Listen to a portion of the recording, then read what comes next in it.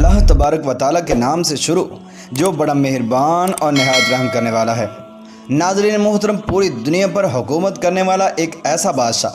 جسے اللہ تبارک و تعالیٰ نے 400 سال اس طرح سے حکومت عطا فرمائی کہ 400 سال تک اس کے سر کے اندر کبھی درد نہ ہوا تھا۔ ناظرین محترم، اور جس نے اپنے زمانے کے اندر 90,000 بچوں کو قتل کروایا، اور جس کا ذکر اللہ تبارک و تعالیٰ نے قرآن میں فرمایا ہے،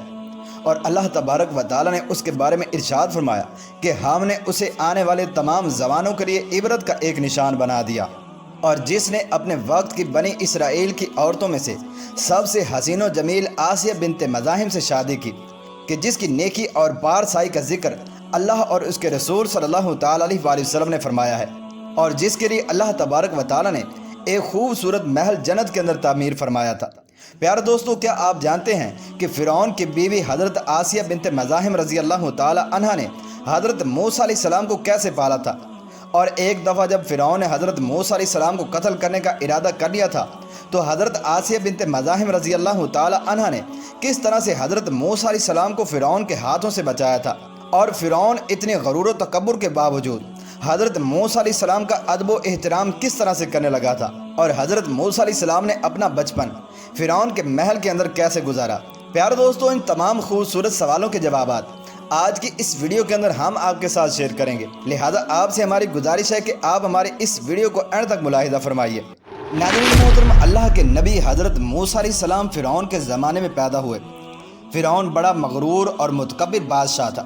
اور اپنی ربوبیت کا مدعی تھا۔ چنانچہ تفسیر جلالین میں ہے کہ فرعون نے ایک خواب دیکھا کہ بیت المقدس کی جانب سے ایک آگ نکلی، اور جس نے پورے مصر کا احاطہ کر لیا اور تمام قبطیوں کو جلا دیا، لیکن بنی اسرائیل کو اس نے کوئی نقصان نہ پہنچایا۔ اس خواب سے فرعون بہت پریشان ہوا، اور اس نے خواب کی تعبیر بیان کرنے والے ماہرین سے پوچھا کہ اس خواب کی کیا تعبیر ہو سکتی ہے، تو انہوں نے بتایا کہ اس خواب سے تو یہی سمجھ آتا ہے کہ بنی اسرائیل میں ایک بچہ پیدا ہوگا جو تمہاری بادشاہی کے زوال کا سبب بنے گا۔ یہ سن کر فرعون نے حکم دیا کہ بنی اسرائیل میں جو بھی بچہ پیدا ہو اسے ذبح کر دیا جائے۔ اس طرح اس کے حکم سے کم و بیش 90,000 بچوں کو زندہ ذبح کر دیا گیا۔ اس کے بعد قبطیوں نے فرعون سے کہا کہ اگر یوں ہی بچے ذبح ہوتے رہے تو ہمیں خدمت کے لیے کوئی غلام میسر نہ ہوگا۔ چنانچہ فرعون نے یہ تجویز پیش کی کہ 1 سال بچوں کو ذبح کیا جائے اور 1 سال اسی طرح سے چھوڑ دیا جائے۔ چنانچہ جس سال بچوں کو چھوڑنا تھا، اس سال میں آپ کے بھائی حضرت ہارون علیہ السلام پیدا ہوئے، اور جس سال بچوں کو ذبح کرنا تھا، اس سال میں حضرت موسیٰ علیہ السلام پیدا ہوئے۔ چنانچہ جب حضرت موسیٰ علیہ السلام پیدا ہوئے تو اللہ تبارک و تعالیٰ نے آپ کی والدہ کے دل کے اندر اس بات کو ڈالا کہ اس بچے کو ایک صندوق کے اندر ڈال کر دریائے نیل کے اندر پھینک دو۔ چنانچہ جب حضرت موسیٰ علیہ السلام کی والدہ نے حضرت موسیٰ علیہ السلام کو ایک باکس کے اندر ڈال کر دریائے نیل کے اندر پھینکا، تو ان کی بہن سے کہا کہ تم اس باکس کے ساتھ ساتھ چلتی رہنا، اور یہ باکس کہاں پر جاتا ہے اس کے بارے میں آ کر مجھے ضرور خبر دینا۔ چنانچہ حضرت موسیٰ علیہ السلام کا یہ باکس تیرتا تیرتا فرعون کے محل کے قریب پہنچا۔ اس وقت فرعون کی بیوی حضرت آسیہ رضی اللہ تعالی عنہا وہاں پر غسل فرما رہی تھیں۔ چنانچہ جب انہوں نے دور سے اس باکس کو دیکھا تو انہیں اس کے اندر ایک عجیب سا چمکتا ہوا نور نظر آیا، جس پر آپ نے حکم دیا کہ اس باکس کو باہر نکالا جائے۔ چنانچہ تمام خادموں نے اس باکس کو باہر نکالا، اور پھر سب نے یکے بعد دیگرے اس کو کھولنے کی کوشش کی، تو کوئی بھی اس باکس کو کھول نہ پایا، جس پر حضرت آسیہ رضی اللہ تعالی عنہا خود آگے بڑھیں، اور انہوں نے اپنے ہاتھ سے جب اس باکس کو کھولنا چاہا تو وہ باکس کھل گیا، اور جیسے ہی آپ کی نظر حضرت موسیٰ علیہ السلام پر پڑی تو ان کی محبت آپ کے دل کے اندر گھر کر گئی، جس پر آپ نے فرعون سے کہا کہ کیوں نہ ہم اس کو اپنا بیٹا بنا لیں کہ یہ میرے بھی آنکھوں کی ٹھنڈک بنے اور تیرے بھی آنکھوں کی ٹھنڈک ہو۔ جس پر فرعون نے کہا کہ یہ تمہارے آنکھوں کی ٹھنڈک ہوگا، لیکن یہ میرے آنکھوں کی ٹھنڈک نہیں ہے۔ پیارے دوستو، حضرت آسیہ رضی اللہ تعالی عنہا کے اسی جملے کی بدولت اللہ تبارک و تعالیٰ نے انہیں ایمان سے مشرف فرمایا۔ پیارے دوستو، اس کے بعد حضرت آسیہ بنت مزاحم رضی اللہ تعالی عنہا نے حضرت موسیٰ علیہ السلام کو دودھ پلانے کا انتظام کیا، جس پر مختلف دائیوں کو بلایا گیا، لیکن تمام دائیوں کا دودھ پینے سے آپ علیہ السلام نے انکار فرما دیا، جس پر آپ کی والدہ کو آپ کے پاس بلایا گیا، اور حضرت موسیٰ علیہ السلام نے ان کا دودھ پینا شروع کر دیا۔ اس کے بعد حضرت آسیہ بنت مزاحم رضی اللہ تعالی عنہا نے ارشاد فرمایا کہ میری خواہش یہی ہے کہ آپ یہیں محل کے اندر رہیں اور آپ کے تمام بچوں کے اخراجات ہم ادا کریں گے، اور آپ میری نظروں کے سامنے رہ کر اس بچے کو یعنی کہ حضرت موسیٰ علیہ السلام کو دودھ پلایا کریں۔ جس پر موسیٰ علیہ السلام کی والدہ نے کہا کہ میں یہاں پر نہیں رہ سکتی، اگر آپ اجازت دیں تو میں اس بچے کو اپنے گھر میں لے جاؤں۔ لیکن حضرت آسیہ رضی اللہ تعالی عنہا بار بار وہیں پر رہنے کا اصرار کرتی رہیں،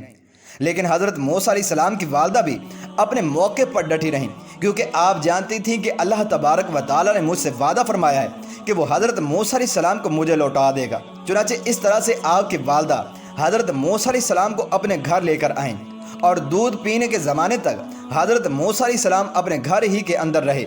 پھر اس کے بعد حضرت آسیہ رضی اللہ تعالی عنہ نے حضرت موسیٰ علیہ السلام کی والدہ کو پیغام بھجوایا کہ میں حضرت موسیٰ علیہ السلام کو دیکھنے کے لیے بہت بے قرار ہوں، لہٰذا آپ اسے میرے شاہی محل کے اندر لے کر آئیں۔ چنانچہ اس پر آپ کے والدہ حضرت موسیٰ علیہ السلام کو لے کر نکلیں، اور حضرت آسیہ رضی اللہ تعالی عنہ نے پورے مصر کے اندر یہ اعلان کروا دیا تھا کہ کوئی بھی شخص ایسا خالی نہ رہے جو حضرت موسیٰ علیہ السلام کو کوئی گفٹ پیش نہ کرے۔ چنانچہ حضرت موسیٰ علیہ السلام جب گھر سے نکلے تو اسی وقت سے ان پر تحفوں کی برسات ہونے لگی، اور حضرت آسیہ رضی اللہ تعالی عنہ کے جب پاس پہنچے تو آپ نے انہیں گلے لگایا اور الگ سے تحفے پیش کیے، اور اس کے بعد کہنے لگی کہ اب میں اس کو فرعون کے پاس لے کر جاتی ہوں۔ چنانچہ حضرت آسیہ رضی اللہ تعالی عنہ جب حضرت موسیٰ علیہ السلام کو لے کر فرعون کے پاس گئیں تو فرعون نے آپ کو چوما اور اپنا بیٹا کہہ کر اپنے پاس بٹھا لیا، اور اپنی طرف سے تحفے الگ پیش کیے۔ چنانچہ وہ سب تحفے حضرت موسیٰ علیہ السلام کی والدہ کو عطا کر دیے گئے۔ اس کے بعد حضرت موسیٰ علیہ السلام مسلسل فرعون کے محل کے اندر رہنے لگے۔ ناظرین محترم، اسی عرصے میں ایک روز حضرت موسیٰ علیہ السلام نے فرعون کی داڑھی پکڑ لی اور اس کے منہ پر ایک زوردار تماچا رسید کیا، اور بعض روایات میں ہے کہ ایک چھڑی ہاتھ میں تھی جس سے کھیل رہے تھے، اور وہ فرعون کے سر پر ماری۔ فرعون کو غصہ آیا اور اس نے آپ کے قتل کا ارادہ کر لیا۔ اس پر بیوی آسیہ رضی اللہ تعالی عنہ نے کہا کہ اے میرے سر کے تاج، آپ بچے کی بات پر خیال کرتے ہیں کہ جس کو کسی چیز کی عقل نہیں، اور اگر آپ چاہیں تو تجربہ کر لیں کہ اس کو کسی بھلے برے کا امتیاز نہیں۔ چنانچہ فرعون کو تجربہ کرانے کے لیے ایک تش میں آگ کے انگارے اور دوسرے میں جواہرات لا کر حضرت موسیٰ علیہ السلام کے سامنے رکھ دیے۔ خیال یہ تھا کہ بچہ ہے، یہ بچوں کی عادت کے مطابق آگ کے انگارے کو روشن اور خوبصورت سمجھ کر اس کی طرف ہاتھ بڑھائے گا، اور جواہرات کی رونق بچوں کی نظر میں ایسی نہیں ہوتی کہ اس کی طرف توجہ دے۔ اس سے فرعون کو تجربہ ہو جائے گا کہ اس نے جو کچھ کیا وہ بچپن کی نادانی سے کیا، مگر جہاں تو کوئی عام بچہ نہ تھا بلکہ خدا تعالیٰ کا ہونے والا رسول تھا، جن کی فطرت اول پیدائش سے ہی غیر معمولی ہوتی ہے۔ چنانچہ حضرت موسیٰ علیہ السلام نے آگ کی بجائے جواہرات پر ہاتھ ڈالنا چاہا، مگر حضرت جبرائیل علیہ السلام نے ان کا ہاتھ آگ کے تشت کے اندر ڈال دیا، اور انہوں نے آگ کا انگارہ اٹھا کر منہ میں رکھ لیا، جس سے زبان جل گئی، اور فرعون کو یقین ہو گیا کہ حضرت موسیٰ علیہ السلام کا یہ عمل کسی شرارت سے نہیں بلکہ بچپن کی بے خبری کے سبب تھا۔ چنانچہ اسی واقعے کی وجہ سے حضرت موسیٰ علیہ السلام کی زبان میں ایک قسم کی لغت پیدا ہو گئی تھی۔ ناظرین محترم، پھر جب حضرت موسیٰ علیہ السلام 8 سال کے ہو گئے تو ایک دن فرعون کے سامنے نہایت ادب سے بیٹھے ہوئے تھے کہ فرعون نے غلام کو اشارہ کیا کہ ہمارے جنگی مرغ کو کھول دو۔ چنانچہ اس نے پہلے مرغ کو کھولا جو نہایت قد آور اور بڑے بڑے پروں والا تھا، جس نے کھولتے ہی اپنے بڑے بڑے بازو ہلائے اور اپنی بولی میں نہایت زور سے ایک آواز لگائی،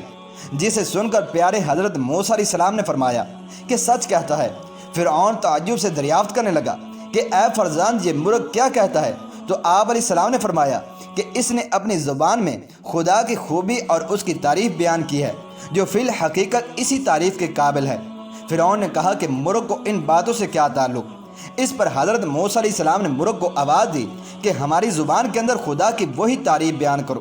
جو تو نے پہلے ابری زبان کے اندر بیان کی تھی۔ چنانچہ مرغ نے انسانی زبان کے اندر خدا کی وہی حمد و ثنا بیان کی۔ چنانچہ مرغ کی یہ بات سن کر فرعون بہت متعجب ہوا، اور اس وقت اس کا وزیر حامان مردود بھی وہاں پر موجود تھا۔ اس نے کہا کہ یہ مرغ جادو کے چنگل میں آ گیا ہے، لہذا اسے ذبح کر دیا جائے۔ چنانچہ اسی وقت اس مرغ کو ذبح کر دیا گیا۔ ذبح ہونے کے بعد وہ مرغ اللہ کے حکم سے دوبارہ زندہ ہو گیا اور اڑ کر نظروں سے اوجھل ہو گیا۔